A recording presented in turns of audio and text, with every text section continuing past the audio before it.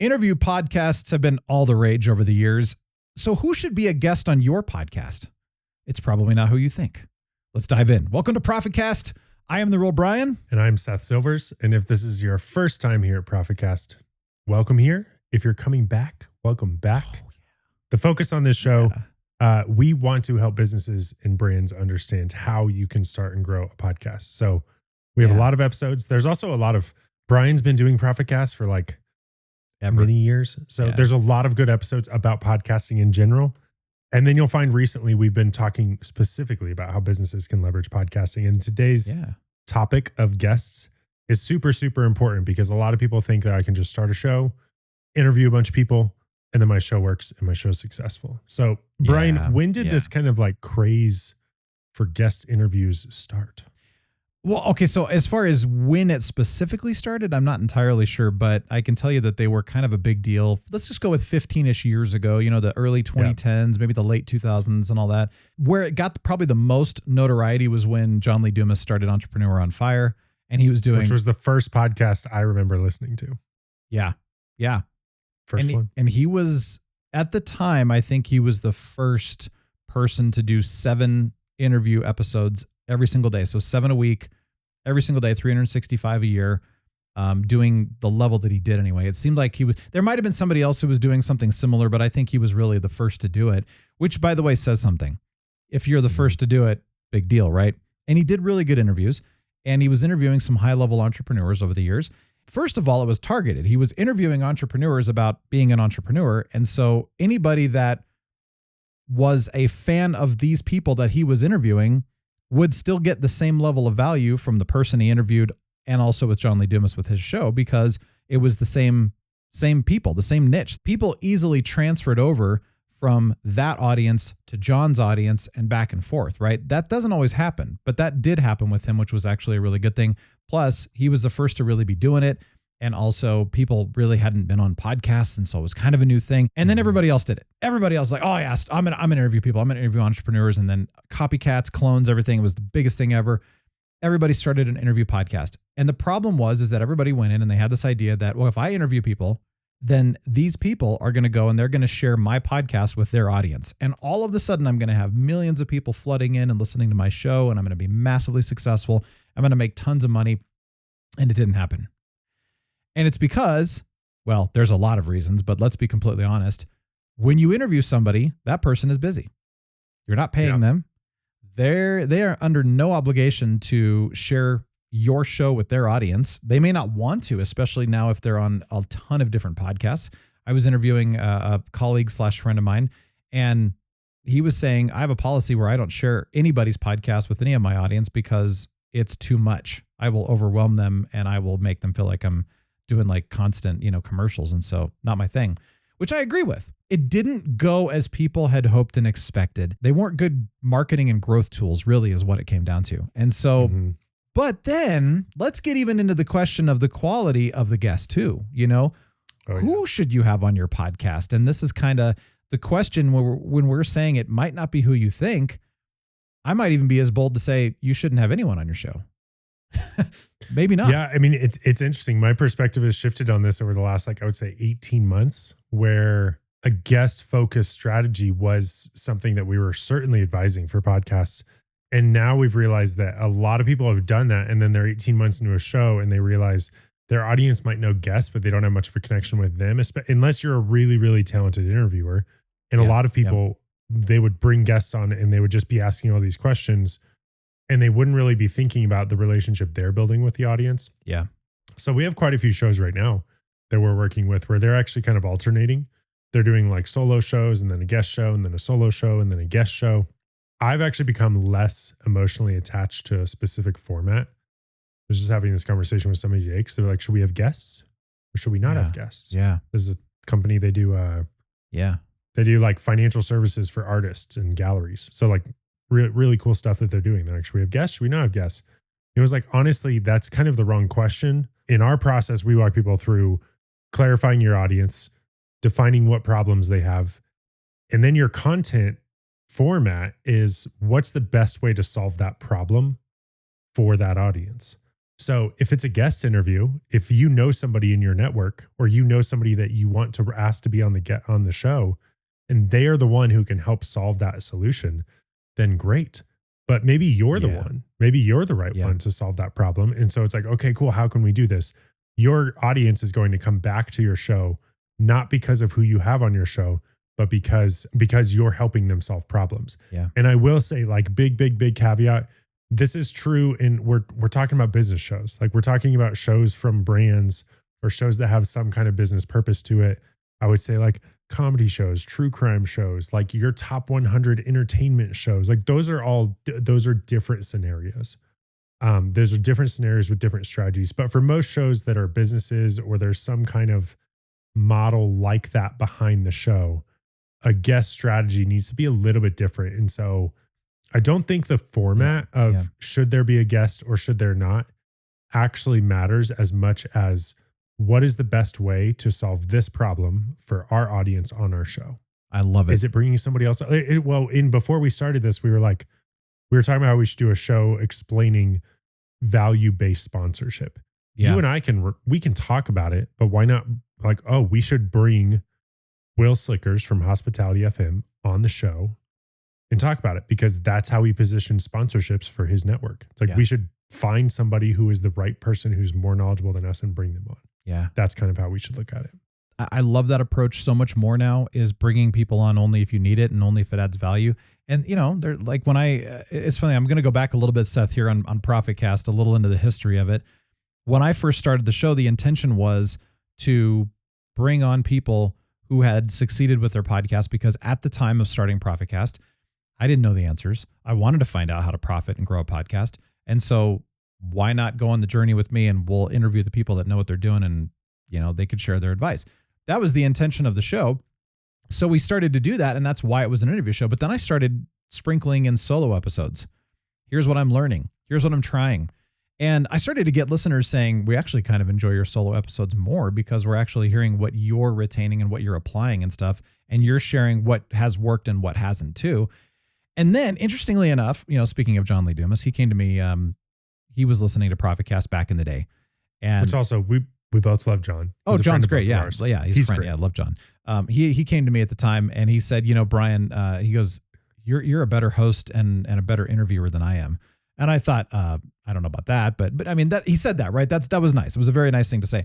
So going back to your comment about how if you're a good interviewer, you might be able to have a successful show like that. Well, if I really was a good interviewer, and if I really was better than John, which I'm not saying I was, then guess what? John was successful and I wasn't as much. And so I don't even know if that mattered. It was just more of a hitting the right scenario at the right time.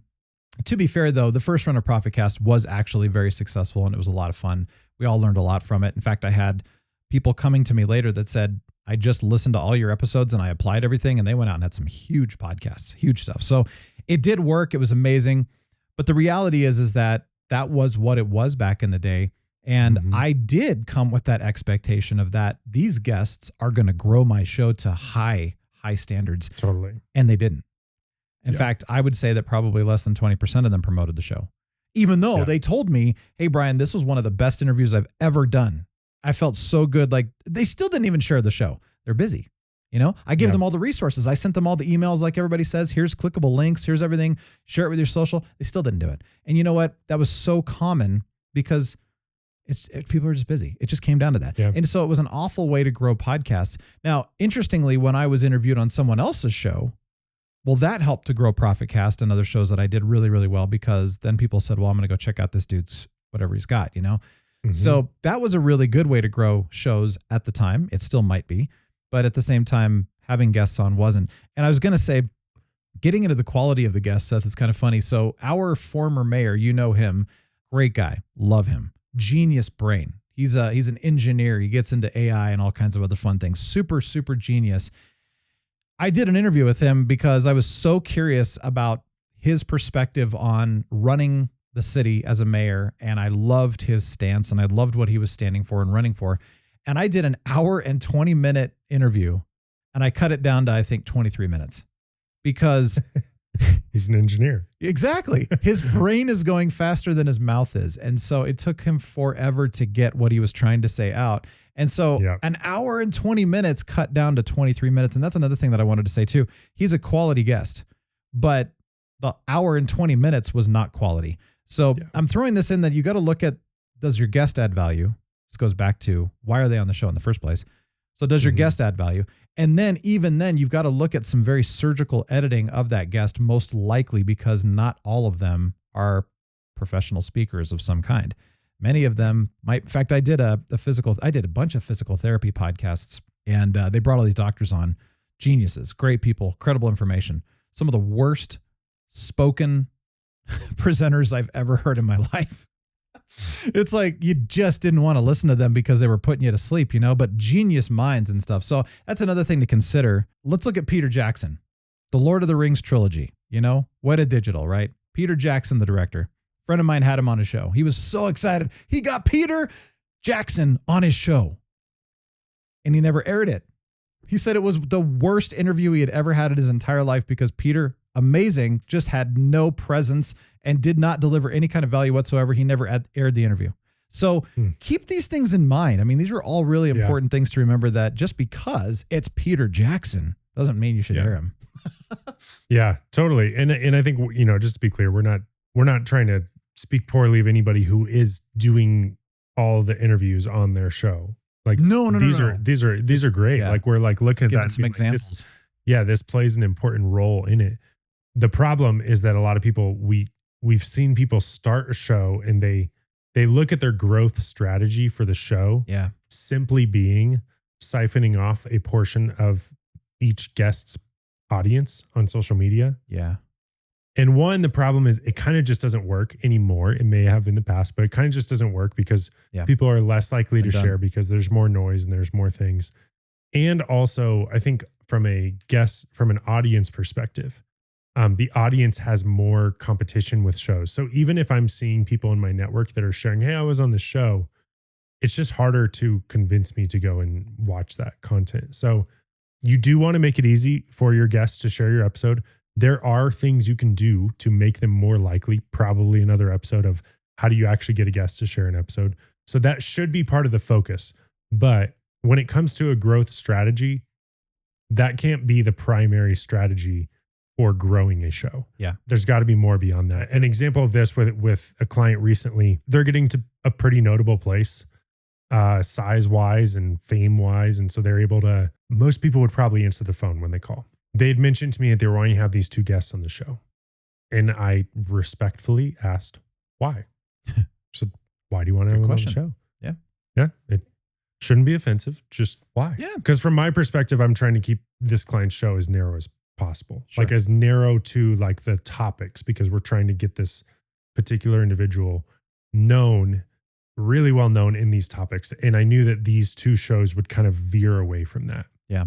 And they initially said, because I want to talk with them. Like, I just think it would be cool. And so they were kind of leveraging, okay, because I have a big show, I can get these people and get to talk with them, even though it's not as much of an audience fit. And they're like, oh, it'll be cool. Okay, cool. Like my job is to advise in this, but I'm not the one calling the shots at the end of the day. So they had the interviews. One of them, the guest, it performed really well on YouTube. So performed well from a views perspective on YouTube, overperformed. And then this guest also shared a link to the Spotify episode on their Instagram account, which had several million followers. So you have several million followers that now get this Spotify link. Sounds awesome. So far. Sounds awesome. Yeah. Yeah. Sounds awesome. So I look in the analytics, tons and tons of plays, like tons of plays. I think it was like 60,000 or something. Astronomical amount of plays for one episode. You look at the retention, it's awful, which I expected. So retention was really low, meaning those people didn't stick around for very long, which I would expect anytime you get into a new audience, the retention is going to go low. So it's not necessarily a bad thing. There was almost no change in new followers. So even though there was this, like, from a views perspective on YouTube and on Spotify, there was a lot more attention around this episode. Yeah. It didn't actually convert to many people sticking around. Wow. And a lot of it was because the content in that episode kind of veered away from normal content and the normal problems that this show exists to solve. The second guest, the content was even more left field. not about the original topic. The person was very interesting and they also have a very large following. But there was engagement from the audience where they were like, we don't get it. Like, why is this person on the show? So it was really interesting because even from a surface level, you might have looked at these episodes and been like, wow, those performed really well.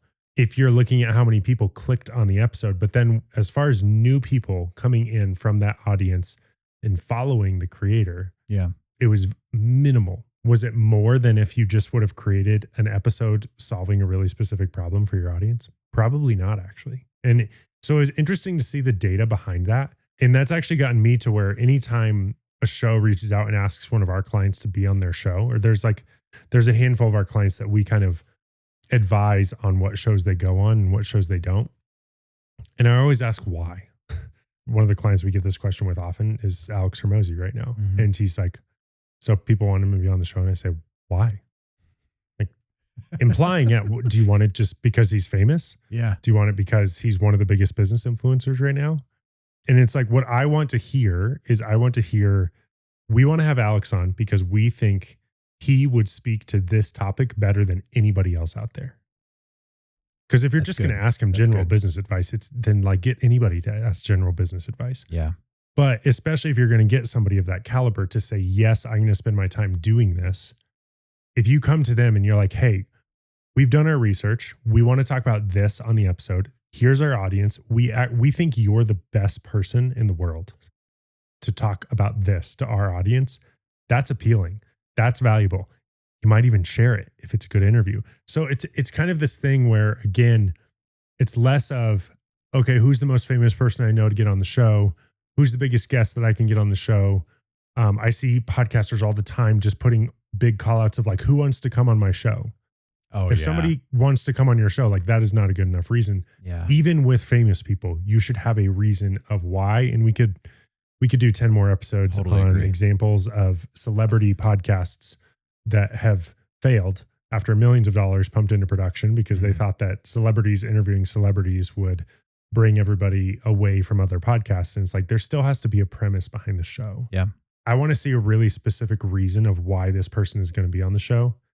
And if not, well, and that reason has to connect to the premise of the show. So that's the thing. Yeah. The client I was mentioning, the people they had on the show, it was like, okay, that's cool. But it's got to connect to the premise of the show in order for there to actually be that conversion. And it can work pretty well.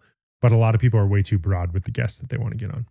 I completely agree. I love what you're coming at too, because just with my little history background of what we experienced in interview podcasting, 15 years ago and 10 years ago and that kind of thing.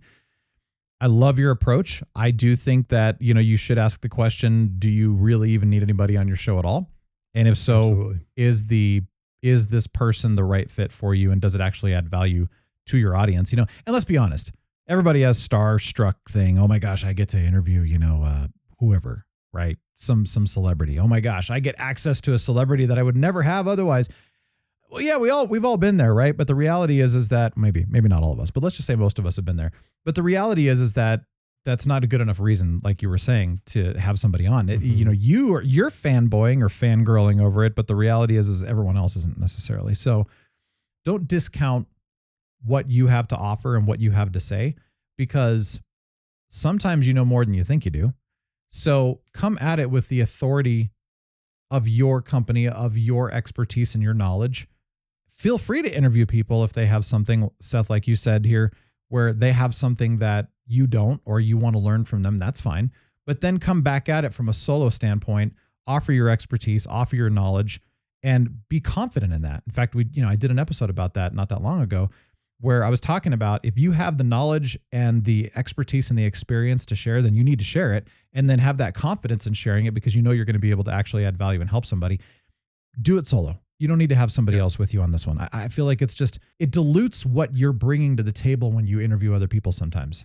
So an interview has to boost you, not dilute you.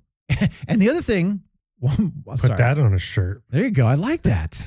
An interview should boost you, not dilute you, or something like that. We'll figure this one out. Maybe it should be a D word. It should drive. I don't know. I like it though. Talking with a podcast colleague of mine back in the day, and interestingly enough, he would always say this. He would say, if you're the host of the show or your company's the host of the show, it's your show. Your guests can come on, but they're there to make you look good. And I thought, interesting. You'd think you'd want to make them look good, which you do, by the way. You do want to make your guests look good, but your guests and your co-hosts are there to make you look good or to make your company look good. So keep that in mind too, because again, you're the authority on your show and that kind of thing. But that was a really interesting perspective I had never heard before. And I liked that. I liked that a lot. In fact, if you think about it, look at Dave Ramsey. All of the call-ins and everything makes him look freaking smart. Yeah. So everybody does make him look good. In the last 2 weeks, Dave Ramsey was he was a guest on 2 of our clients' shows. Oh, I love it.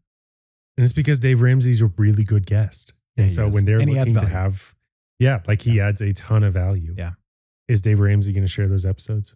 Probably not. But that's not the point, because he adds value. He is the value. He's not the product. Yeah. And so I think kind of like this ideology or this like thinking of, okay, cool, I'm going to grow my show just by my guests' audiences. That works to an extent. But if that's your only growth strategy, then you're kind of just using your guests for their people. True. Which gets into a whole nother line of thinking that would be fun to dive into another time. But you're not asking Dave Ramsey to come on to get a portion of his audience. You're asking Dave Ramsey to come on because he's brilliant and he's smart, and because he has over $600 million in real estate that he's purchased with cash. He's proven it.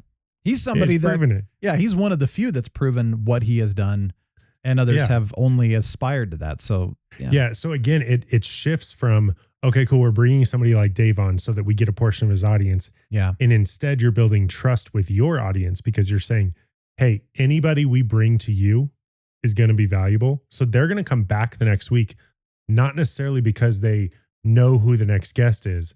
They're going to come back because they say, every time Brian interviews somebody, they're good.